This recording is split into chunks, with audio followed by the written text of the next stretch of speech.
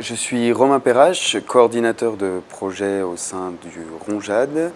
Le RONJAD, c'est une ONG basée à Lyon, en France, qui est née en fait en 1983 et dont l'objectif premier était de travailler sur, disons globalement, la thématique du commerce international et ce qu'on appelle désormais le développement durable.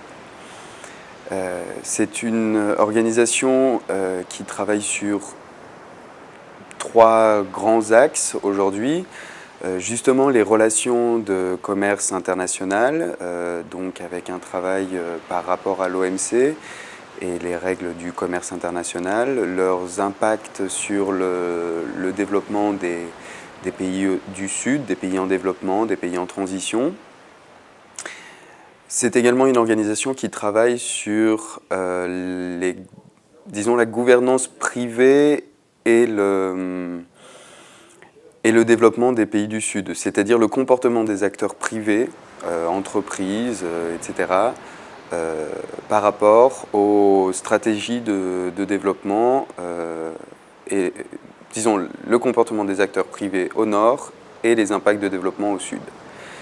Et troisièmement, disons un chantier qui correspond concrètement à des projets de coopération au développement international qui est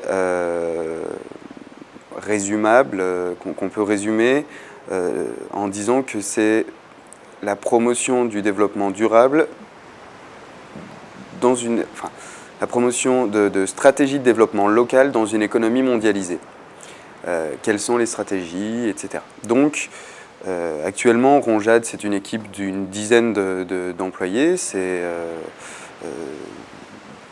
plusieurs pays concernés par nos projets, notamment en Afrique de l'Ouest et en Afrique de l'Est.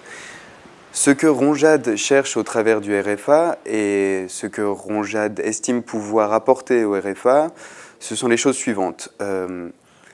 Nous travaillons donc sur le deuxième axe que je viens de présenter, sur les relations entre le comportement des acteurs privés et le développement des pays du Sud. À quoi ça correspond concrètement? Ça correspond en fait à tout ce qui est certification, label, les relations invisibles, les fils invisibles entre les consommateurs dispatchés au travers du monde entier et certains produits qui ne sont issus que de certaines zones, notamment de zones où ce sont principalement des pays en développement. Donc, au sein du RFA, qui travaille essentiellement sur le monde de la pêche et autour du poisson, disons, cette dimension-là de travaux autour des certifications, autour des labels existe et on souhaite contribuer de par nos expériences sur d'autres filières agro-industrielles au développement des initiatives que RFA a entreprises ou auxquelles elle participe. Ce qu'on cherche plus précisément au sein du RFA, enfin disons, à part cette thématique large, plus précisément nous travaillons actuellement sur un projet en Tanzanie qui s'appelle le SEED Project, SEED pour Sustainable Energy and Economic Development Project. Il s'agit d'un projet autour, disons, de la filière perche du Nil au niveau du lac Victoria, donc en Tanzanie, en Ouganda et au Kenya.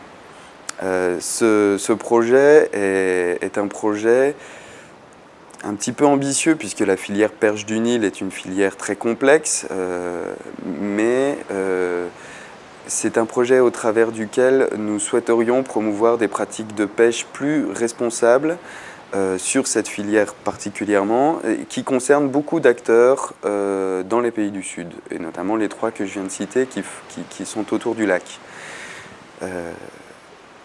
La RFA représente pour nous un partenaire de choix sur ce travail-là, puisqu'elle nous donne l'opportunité d'être en contact directement avec un panel d'acteurs très important dans cette filière.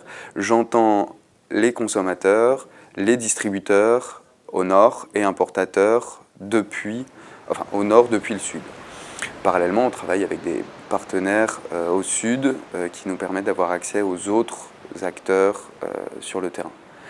Voilà, en gros, ce que nous cherchons à faire et faisons déjà avec la RFA, je dirais globalement, pour conclure, que le monde du privé est un